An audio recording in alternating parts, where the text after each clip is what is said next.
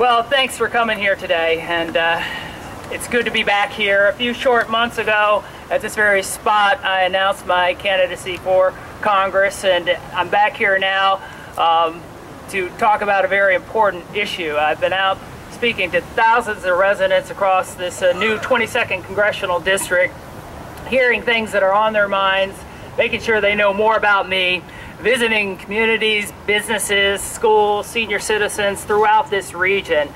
And as I stated at the very beginning of this race, I'm fighting for the middle-class people in this district to bring back jobs, to level the playing field for small businesses, defend Medicare from privatization plans, and reform our tax code. And my position on all these issues stands in bright contrast to my opponent. But it's interesting, the thing I get asked more than anything about as I campaign, go out to festivals and parades and fairs in this region, is where I stand on hydraulic fracturing. So I'm here today to make that position absolutely clear, and to say to Washington, Albany, and the shale gas industry that we will not allow you to pollute our air, poison our water, scar our landscape for short-term profits and for jobs for out-of-state workers. We're not going to do that.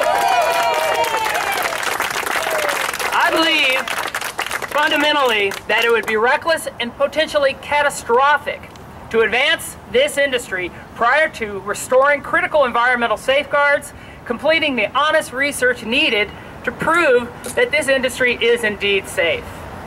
Does anyone really think we're there yet? No. Here's what we know. Even in the best case scenario, 6% of well casings fail immediately. And eventually, because these things have to last a long time, about as long as we need water, they all fail. We know that scores of families across this country have reported health problems associated with fracking. We've seen too much methane gas escape. We've seen too many dead cattle near drilling operations, too many sick kids to pretend that there is no risk. Worse than what we know, however, is how much we have yet to discover. How much methane gas is escaping? There has never been a serious, comprehensive study of the health, environmental, or economic impacts of fracking. Now, the burden of proof should not be on us to prove that the industry is unsafe. It shouldn't be on us. So people like Bob and Walter are doing a pretty good job. But it should be the industry's responsibility to prove it's safe. But keep in mind that this is an industry that has resisted even disclosing the type of chemicals and their proportions that they use in the frac fluid that they want to pump in our ground. Give me a break. I believe it's dangerous, short-sighted, and irresponsible to move forward without knowing all the risk. Send me to Congress and I'll fight to expand and strengthen the ongoing EPA study so that we have the knowledge and data we need to make good choices. Send me to Congress and I'll fight to end the billions in subsidies for the oil and gas industry that is currently enjoying record profits.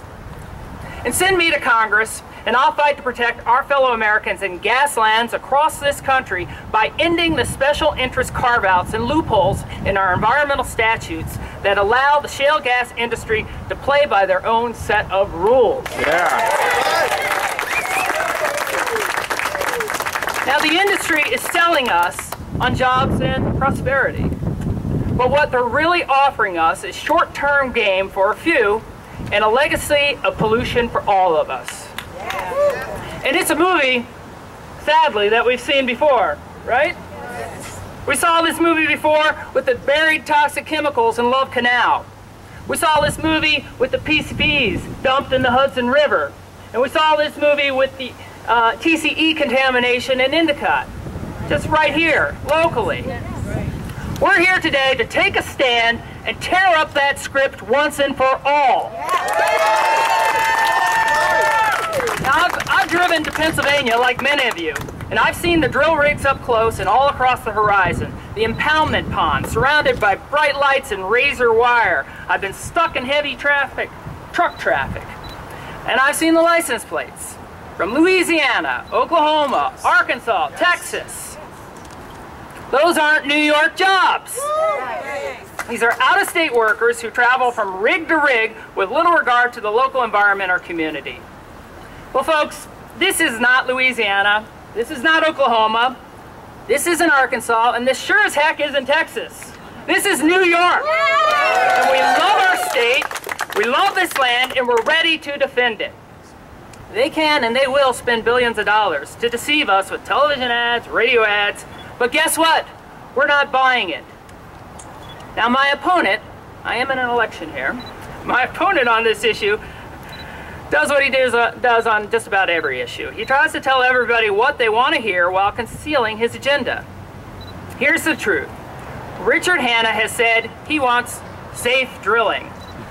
But he hasn't signed on to the FRAC Act, the Common Sense FRAC Act. He hasn't worked to strengthen the EPA study, and he hasn't lifted a finger to hold this industry accountable. He's AWOL on this issue. He's not asleep at the switch. He doesn't even know there is a switch.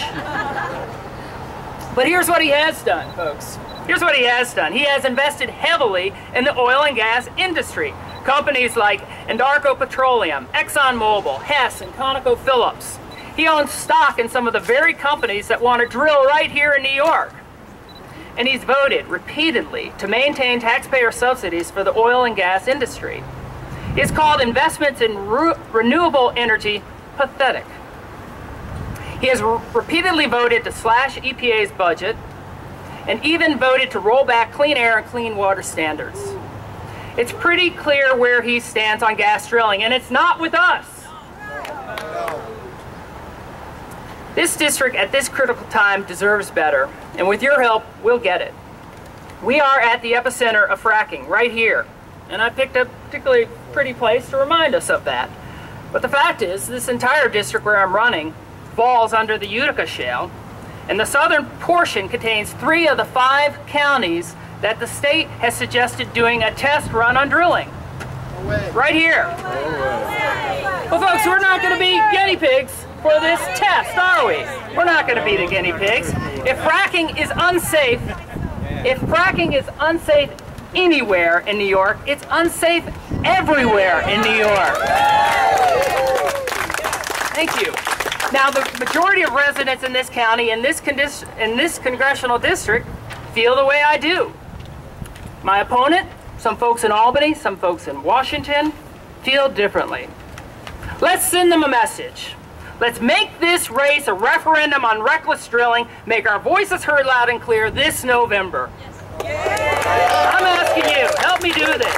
Sign up to volunteer, make phone calls, knock on doors, talk to your neighbors, and help us raise the funds necessary to get our message in every mailbox, on every television set, and at every kitchen table. If we can do that, then I guarantee you, together we will win this race. But we're taking on a big fight here, aren't we? We're taking on a big fight. And we've got 10 weeks to prove the skeptics wrong.